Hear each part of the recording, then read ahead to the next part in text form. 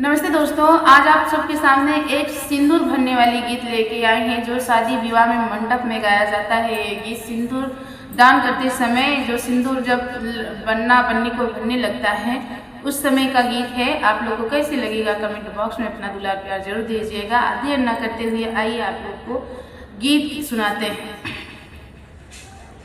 सिंदूर के भरने वाले, सिंदूर के भरने वाले, सिंदूर की लाज रखना। सिंदूर के भरने वाले, सिंदूर के भरने वाले, सिंदूर की लाज रखना। पापा की लाज रखना, मम्मी की लाज रखना। पापा की लाज रखना, मम्मी की लाज रखना।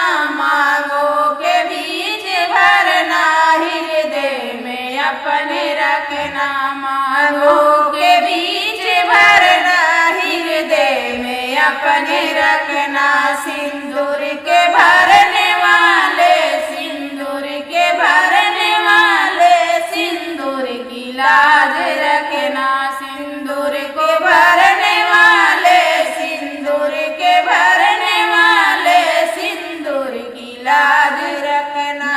चाचा की लाज रखना, चाची की लाज रखना। चाचा की लाज रखना, चाची की लाज रखना। मांगों के बीच भरना, हृदय में अपने रखना।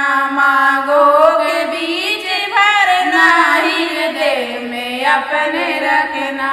सिंदूर के भरने वाले, सिंदूर के भरने वाले, सिंदूर की लाज रखना।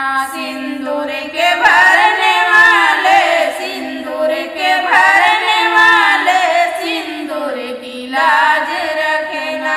भैया की लाज रखना, भाभी की लाज रखना। भैया की लाज रखना, भाभी की लाज रखना। मांगों के बीच भरना, हृदय में अपने रखना। मांगों के बीच भरना, हृदय में अपने रखना। सिंदूर के भरने वाले, सिंदूर के भरने वाले, सिंदूर की लाज रखना। सिंदूर के भरने वाले, सिंदूर के भरने वाले, सिंदूर की लाज रखना। बुआ की लाज रखना, फूफा की लाज रखना। बुआ की लाज रखना, फूफा की लाज रखना। मांगों के बीच भरना, हृदय में अपने रखना। मांगों के बीच भरना, हृदय में अपने रखना। सिंदूर के भरने वाले, सिंदूर के भरने वाले, सिंदूर की लाज रखना। सिंदूर के भरने वाले, सिंदूर के भरने वाले, सिंदूर की लाज रखना।